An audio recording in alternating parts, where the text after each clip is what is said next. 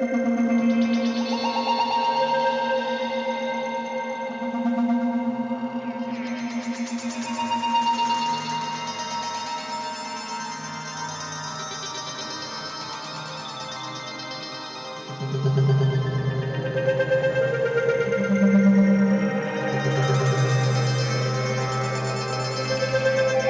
number sounds simple, but it's one of the most confusing, debated, and strategically important questions in modern warfare. How many missiles does Iran actually have?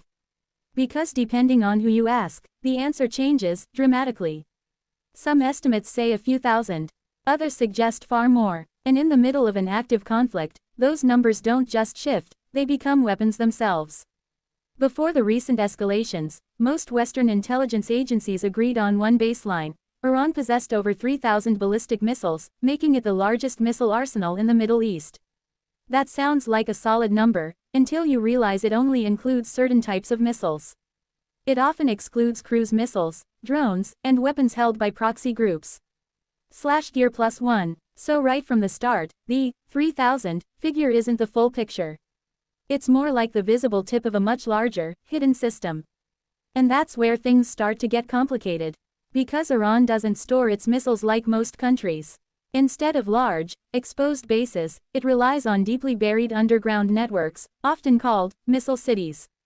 These facilities are designed to survive airstrikes, hide launchers, and keep production running even during war.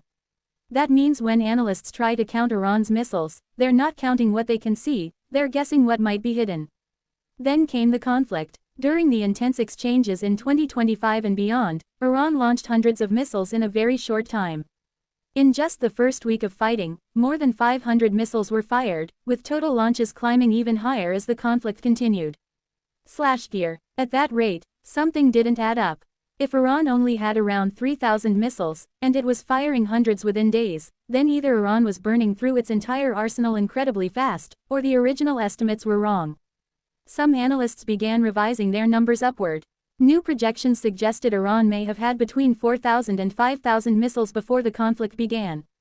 That would explain how it sustained repeated strike waves without immediately running dry. But even that wasn't the end of the story. Because war doesn't just reduce numbers, it distorts them. Airstrikes by the United States and Israel reportedly destroyed missile launchers, storage sites, and production facilities. In some assessments, up to 50% of Iran's missile arsenal was believed to be reduced or degraded during the conflict.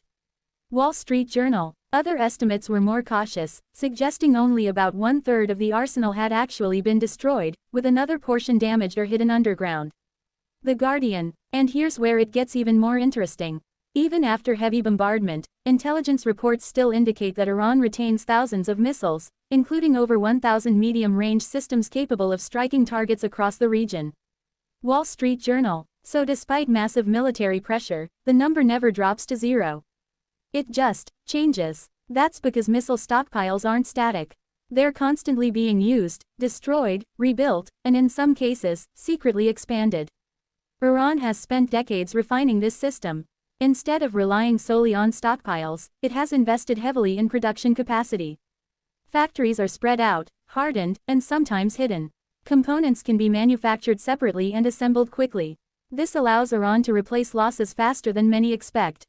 Some projections even suggest that if left unchecked, Iran could expand its missile inventory significantly in the coming years, potentially reaching much higher numbers through sustained production. Asia Times. So now the question isn't just, how many missiles does Iran have? It becomes, how fast can it build more? Because in modern warfare, inventory is only half the equation. Production is the other half. And then there's another layer, range. Not all missiles are equal.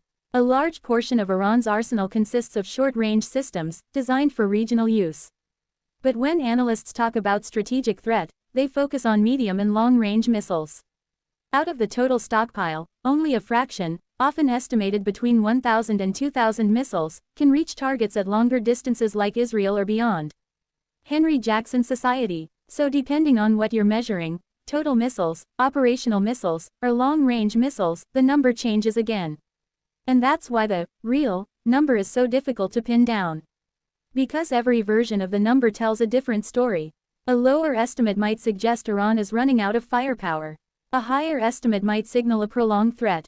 And both can be used strategically, either to reassure allies or to deter enemies. In fact, missile numbers themselves have become part of the psychological battlefield. Governments may emphasize certain figures to shape perception. Analysts may rely on incomplete data. And intelligence agencies often deal with uncertainty, especially when facing a country that has built its entire strategy around concealment. So what do we actually know for sure?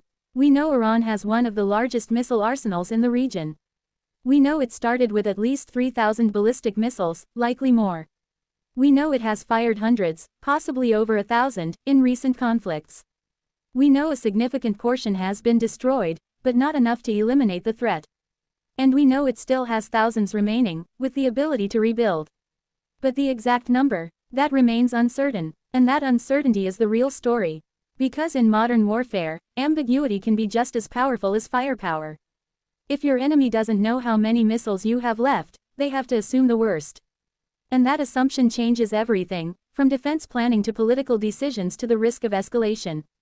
So when you hear different numbers, 3,000, 5,000, 1,500, or even more, understand that none of them are completely wrong. They're just snapshots of a moving target. A number that changes with every launch. With every strike. With every factory that keeps running beneath the surface.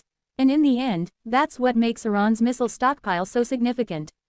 Not just how many missiles exist, but the fact that no one can say for certain